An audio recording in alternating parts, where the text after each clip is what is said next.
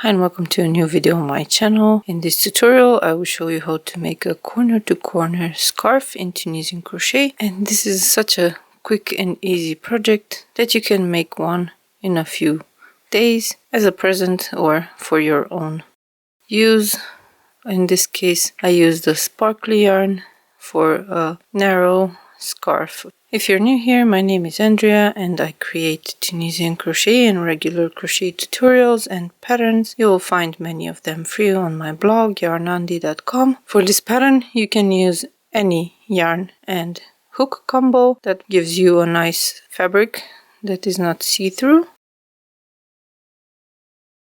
because you choose the width in the beginning and then you continue working straight until you finish with a symmetrical piece at the end, and that's it. If you want to, you can add this kind of fringe. I have a separate tutorial on the channel for this kind of fringe. For this tutorial I will be using this yellow yarn, but the pattern looks great in variegated yarns. So we start with a magic ring, and if you're not familiar with how to start Tunisian crochet in a magic ring, there's a separate tutorial on my channel. We just put the tail in front of the working yarn here to make a loop, insert the hook, pick up a loop, chain one, and repeat this 2 more times. Insert the hook, pick up a loop, chain one, again insert the hook, pick up a loop, chain one, and then we yarn over, pull through 2 twice to finish the foundation row. This is the corner, and you can pull on the tail of the magic ring to close it. Now we will start increasing to create the starting triangle of this project. So we insert the hook between the first 2 stitches to create a full stitch. Pick up a loop. That's a full stitch, which is an increase. Then we have 1 simple stitch and then another full stitch. By inserting the hook in the next space between stitches and drawing up a loop, and then we have the last stitch behind the 2 vertical bars at the end of the row, and then we pick up a loop,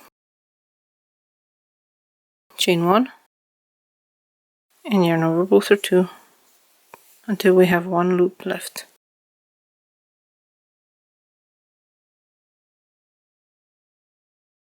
Next we increase again by doing a full stitch. We have 3 simple stitches,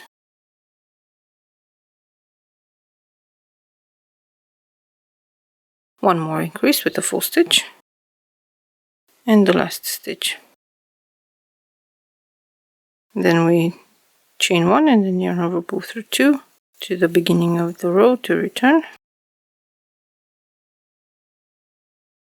And we repeat this until you are satisfied with the width of your project, which will be this part. So depending on how much yarn you have and how wide you want your project to be, you will continue repeating this. Full stitch, simple stitch across,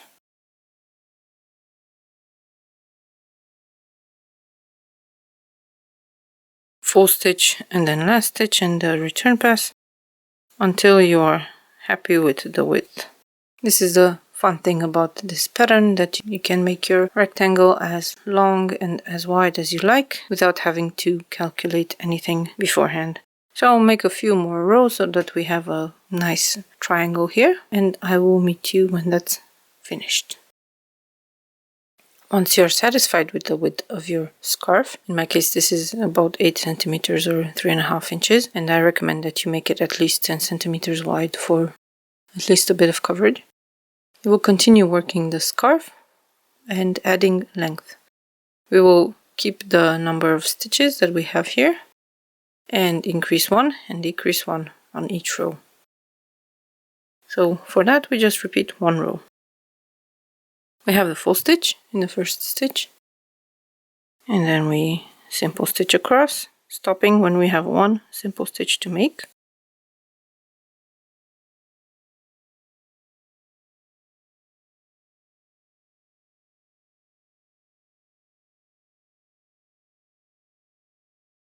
And instead of making this simple stitch, we just skip it and go straight to the end to make the last stitch.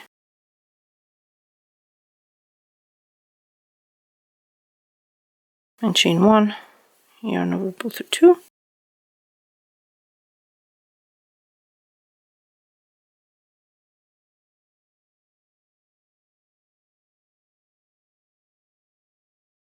And that's it. We repeat this all across. There is an alternative way of doing this with a Tunisian simple stitch 2 together, so I will show you that as well.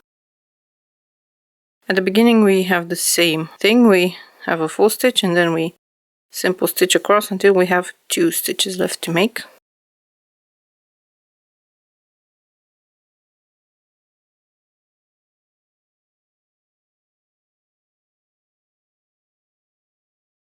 And if you're not sure which is the last stitch, put a stitch marker in it so that you know when to stop. So we have 2 stitches left to make, and we do a Tunisian simple stitch 2 together by inserting the hook under the 2 vertical bars and picking up a loop. Then we have the last stitch, chain 1, yarn over, pull through 2. This is an alternative if you don't want to skip the last stitch, for example, if it's not easy for you to see where the last simple stitch should be. So as you can see, we have a corner here now, and we can continue like this. Just repeat this until you're satisfied with the length of your project, and you measure the length on this side, because the other side will have a piece missing from it, a triangle shape.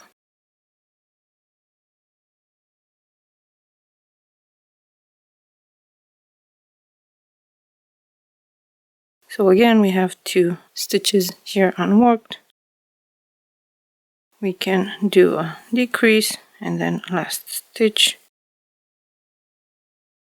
chain 1, yarn over, pull through 2. But I prefer the method with the skipped stitch on the edge because it's just invisible. It will take some time for the shape to emerge, a few more rows at least. So I will make a few more rows and I will see you in a few seconds to show you how to finish off the rectangle. Once you are happy with the length of your project along this edge, I would say between 1.5 and 2 meters or 5 to 6 feet, you can start squaring off the corner here. And to do that, we stop increasing and we actually decrease.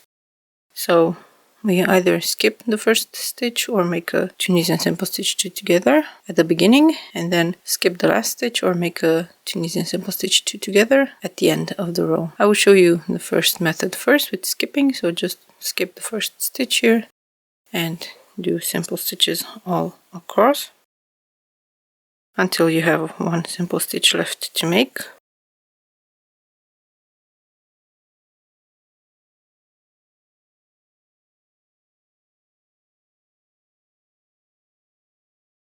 Then skip that stitch and do the last stitch, and then yarn over, pull through 2, and then chain 1, yarn over, pull through 2 to do the return pass.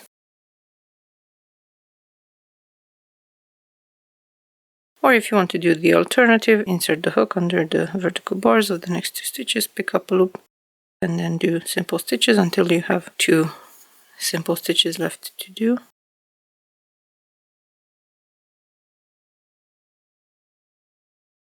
And then insert the hook under the vertical bars of the next 2 stitches, pick up a loop, and then do the last stitch and then the return pass. You can choose either of these methods. Again, I prefer the method with skipping, just because you don't see this extra loop here.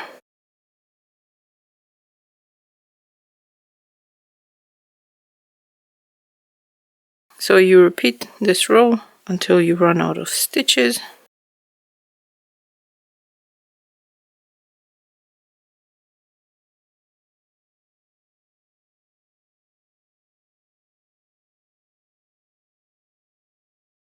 And you have just 1 simple stitch to make here.